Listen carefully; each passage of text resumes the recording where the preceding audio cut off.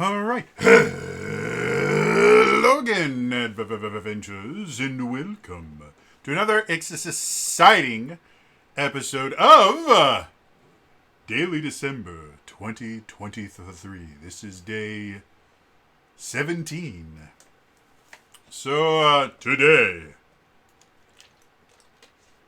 I am so completely creatively bankrupt right now. Like, my brain is absolutely fried. Because I'm... So right now, I am doing the whole Daily December thing, which I do every year, and I'm trying to do things that I haven't tried before. And I've come up with lots of different ideas, and every time I come up with an interesting idea, it just turns into something that my brain goes, no, you're going to fuck this up spectacularly. And then my brain won't let me do it. Like, originally, the plan for this year was every day for the month of December, I was going to read a Shakespearean sonnet for a number of reasons. One, reading something significantly easier than like the year before. I tried to cover a new song for every day in the month of December, and that was so far beyond my vocal abilities, especially since I was trying to have accompaniment and everything for it, and that just made it was so crazy and nonsense that I think I made it through like 2 or 3 covers before I'm like, no, this is never going to work. So I thought the Shakespearean sonnet thing would be easier because, first of all, I'm not memorizing, I'm not learning pitches or anything. I'm literally just reading text. Really well-written text, don't get me wrong, but just be reading to the text. And one of the big reasons behind that was, as an actor, one of my goals has been to do Shakespeare for a while. I didn't really care about Shakespeare when I was in high school. And then I got to college and I got a chance to do Shakespeare, and I had to drop out of the show. We did A Midsummer Night's Dream, and I was cast as the Duke in Oberon. And I had to drop out because I'd just been diagnosed with major depressive disorder, and they put me on meds. And the meds that they put me on massively fucked me up. Like, they messed with my brain so bad that I couldn't complete a sentence without forgetting what it was I was trying to say. It wasn't that I didn't have a short-term memory. I did not have brain function most of the time. And so doing just a regular show where you're speaking regular English is hard enough. Doing Shakespeare when you've never done Shakespeare before, and having to kind of translate Shakespearean English into what the actual meaning is, into the emotions that you have to give out, while still following things like iambic pentameter and all that nonsense. Like, Shakespeare is really hard to do. And it is kind of a rite of passage for actors. So I had to drop out, and I never got another chance because the next year we didn't do Shakespeare, and then I dropped out to become a real actor, not a college student. And that failed miserably. But I got into management and business and training and found that that's what I was really passionate about. So yeah, I thought that'd be something really, really cool. And I was going to start off with sonnet, I think it's sonnet 130, where it's basically just describing how ugly their significant other is, and then saying, "But I still love them," because it's a really cool sonnet. And what's her face? Donna Noble on Doctor Who. What is her name? Catherine Tate. There we go. Catherine Tate did a skit with David Tennant for, I think, Red Nose Day years and years and years ago, and she recites that entire thing, and it's a really cool. It's one of my favorite sonnets, and I don't know that many sonnets.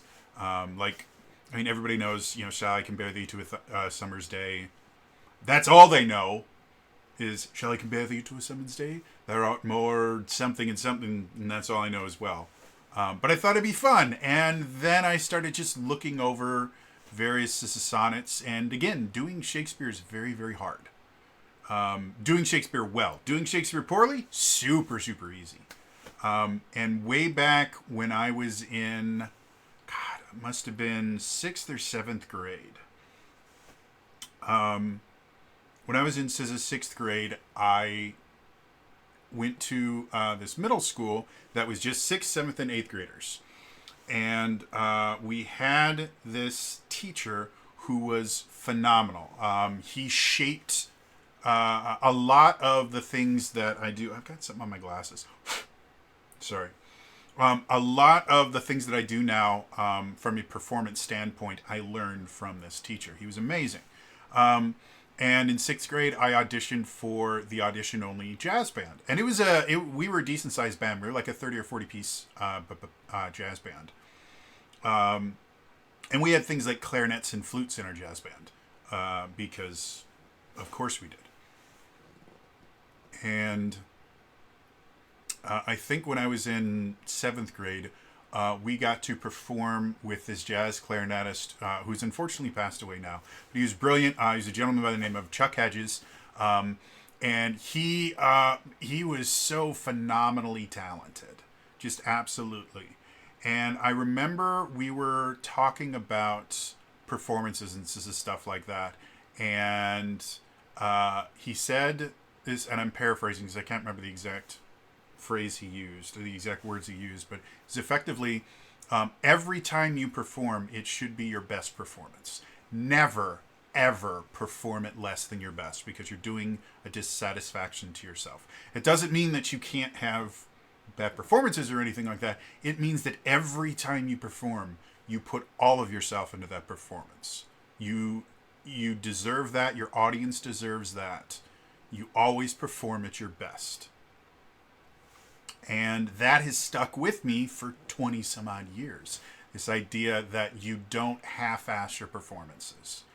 And so when I was looking at all the Shakespeare and stuff like that, and all the work I would have to do to be able to do 31 different sonnets, there was no possible way I was going to be able to pull it off. Because first of all, I do not know a lot of Shakespearean sonnets. I've not listened or heard a lot of Shakespearean sonnets. He wrote tons of them. But that's just not something I ever studied. Poetry in general was just not something that I studied in high school. Which I'm really surprised, because I took things like AP English and had really great teachers, but we never really got into poetry that much. Like, we read the fucking Catcher in the Rye and overanalyzed every single stupid page of that. For those of you that don't know, I vehemently despise The Catcher in the Rye. Not that it's a bad book. It's a fine book.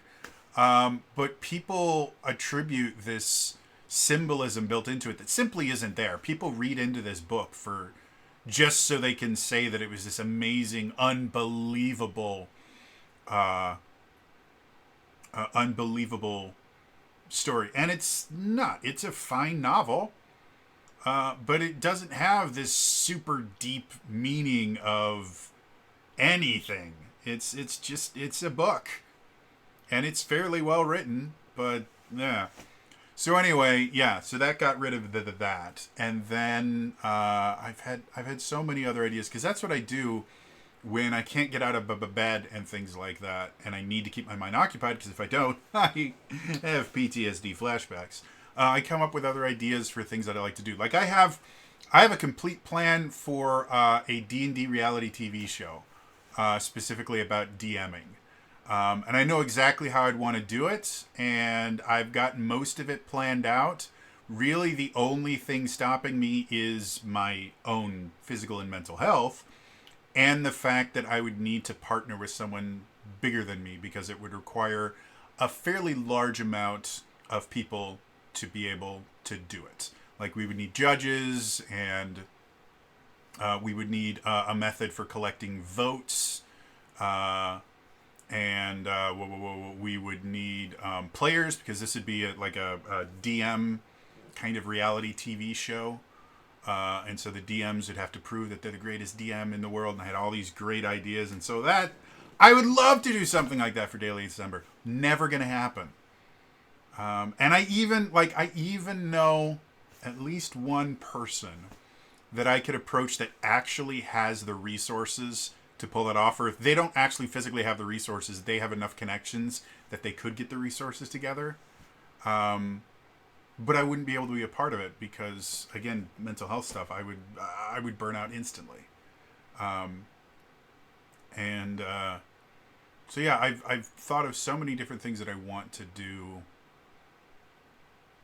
as part of Daily December this year, and it has just come at such a rough time for me because there's, again, stuff happening that I can't talk about. And that has just wiped me out so completely. And I'm dealing with stuff with my disability because that is a thing that, despite the fact that I'm 100% permanent and totally disabled, I have to reprove that not only I'm disabled, but I'm poor every few years. Or I have to prove I'm poor every year, but I have to reprove I'm disabled every few years, and I have no idea when that's going to happen. And the disability system in this country is heavily stacked against people with mental illness. They're fine if you're physically disabled, and by fine I mean it's still a massive pain in the ass, but they're willing to admit that you're disabled. Whereas if you have a mental illness, they will sign the paperwork and everything, but will always kind of imply, well, we couldn't prove that you're not disabled, so I guess we have to do this. But we've got our eye on you, mister. And it's a nightmare. And so I've got that nonsense going on, and every so often, like today, took a shower. Showering is not fun for me because for whatever reason, my brain likes to give me flashbacks while I'm showering. And because of that, I can only shower, I don't know, content warning for people that don't like icky facts. I can only take a shower once every like 4 or 5 days. Because if I do it more, my PTSD freaks out and I have seizures and flashbacks and all this fun stuff, and I get really, really sick. And so I do everything that I can to keep myself clean without having to actually bathe.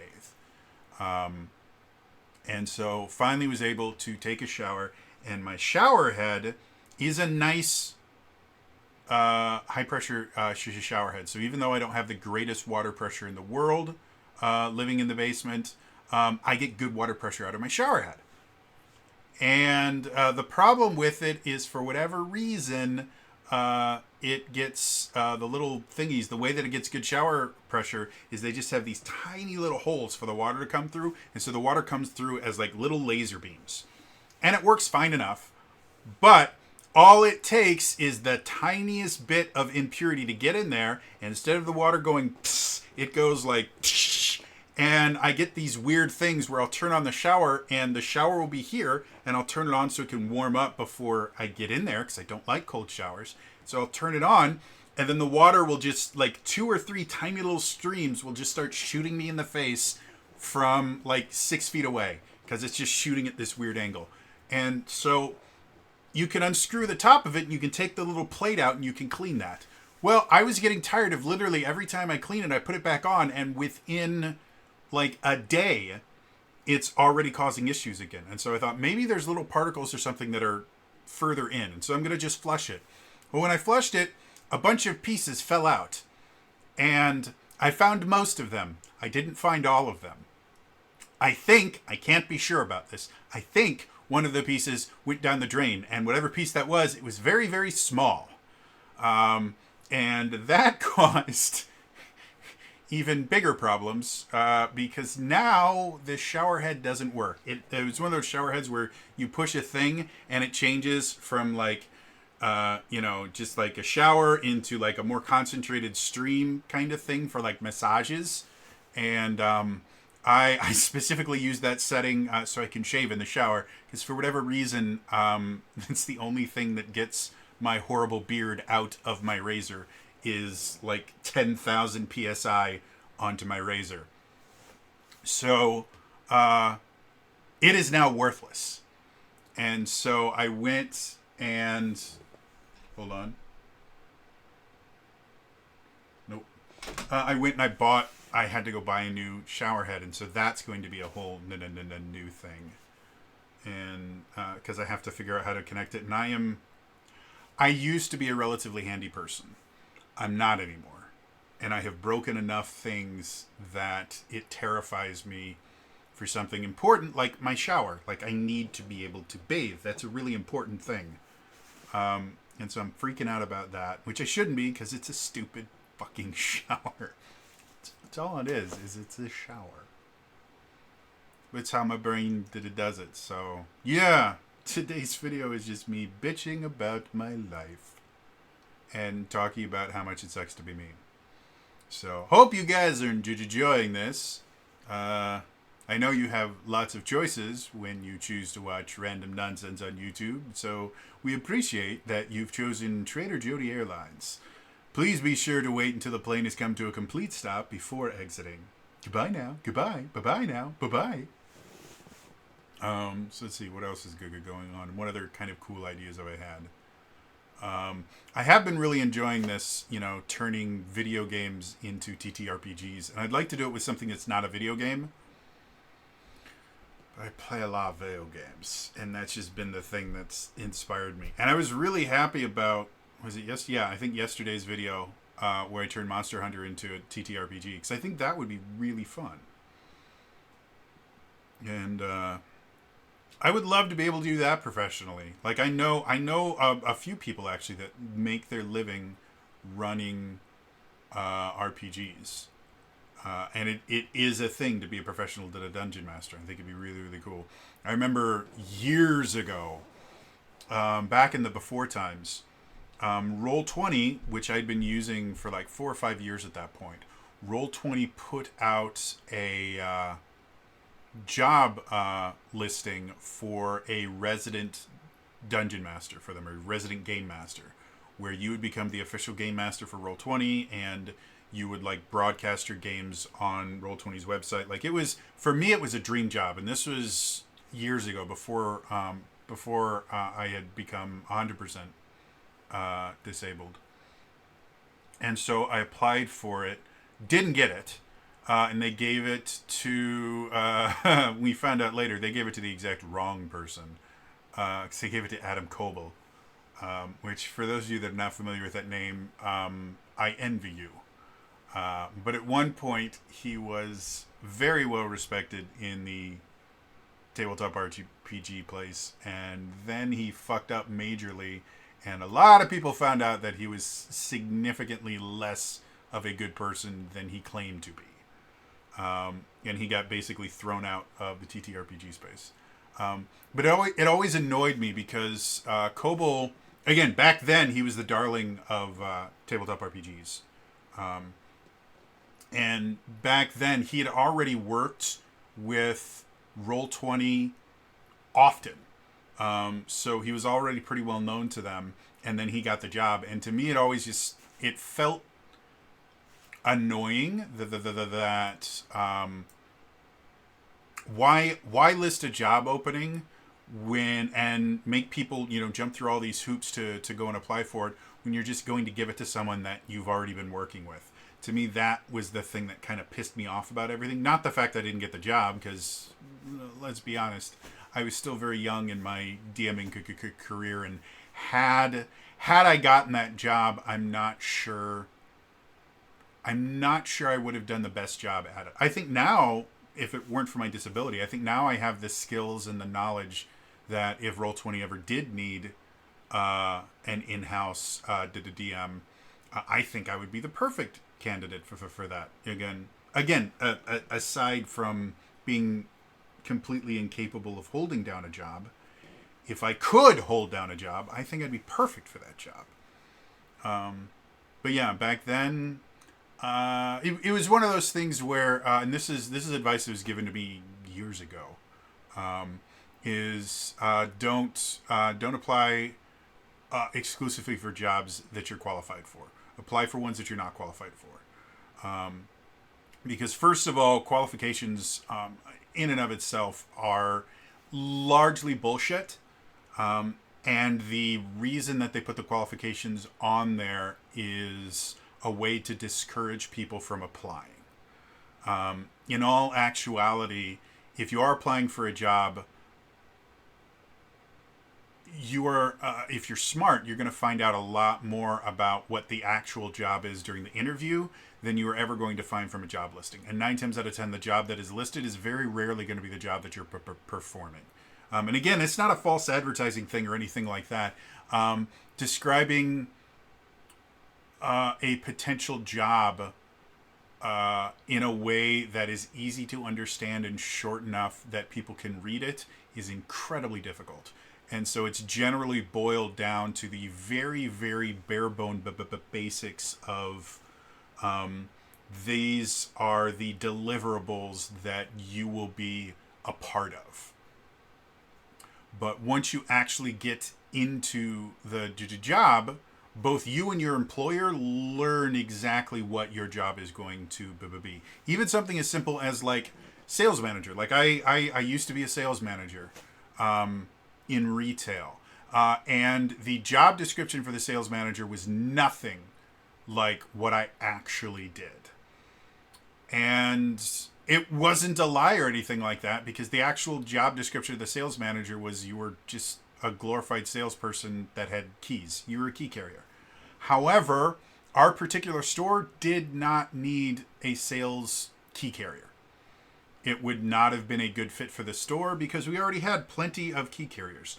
What we needed was someone that could work on changing the sales culture at this store and retraining the staff and just kind of really focusing on running sales, which was nowhere in my job description. It's in no one's job description, by the way. None of the management staff had in their job description, your job is to run sales for this store. It just so happened that that was something that I was very good at, and I did extremely well at. So, yeah. So, yeah, what I'm saying is apply for jobs that you're not qualified for. Not like completely, like don't apply for like a doctoral teaching position when you don't even have a bachelor's degree. Like then you're just wasting people's time. But if you see a job and you're like, you know what, that kind of sounds like something I could do, or I think that I could do, but I don't have the right qualifications, like must have 5 years of experience in blah, blah, and 3 years of experience in blah, blah. Well, I've never done either of those things, but I understand what this is. Apply for the job. Worst thing you're doing is you're wasting a recruiter's time, which I'm going to be blunt, and I apologize to any recruiters out of there. A lot of your job is wasting your time. Like, that's kind of what you get paid to do. And this comes from someone who's worked in staffing and interviewing and all that stuff. A lot of that is just a massive waste of time. So I'm not going to feel massively bad wasting an extra like 20 minutes of a recruiter's job. But yeah, apply for jobs that you are not technically qualified for, but you think you could do. Because that's how you actually show growth in the business world. It's not from doing your job the best you can. That just gets you stuck in the same dead end job over and over and over again. You should be constantly pushing yourself and things like that. So anyway, yeah, this is my little. I don't even know what I'm gonna call this, but my brain is mush, and I would like it not to be, and I don't know how to do that. So you guys get to listen to me talk about nonsense. Yay.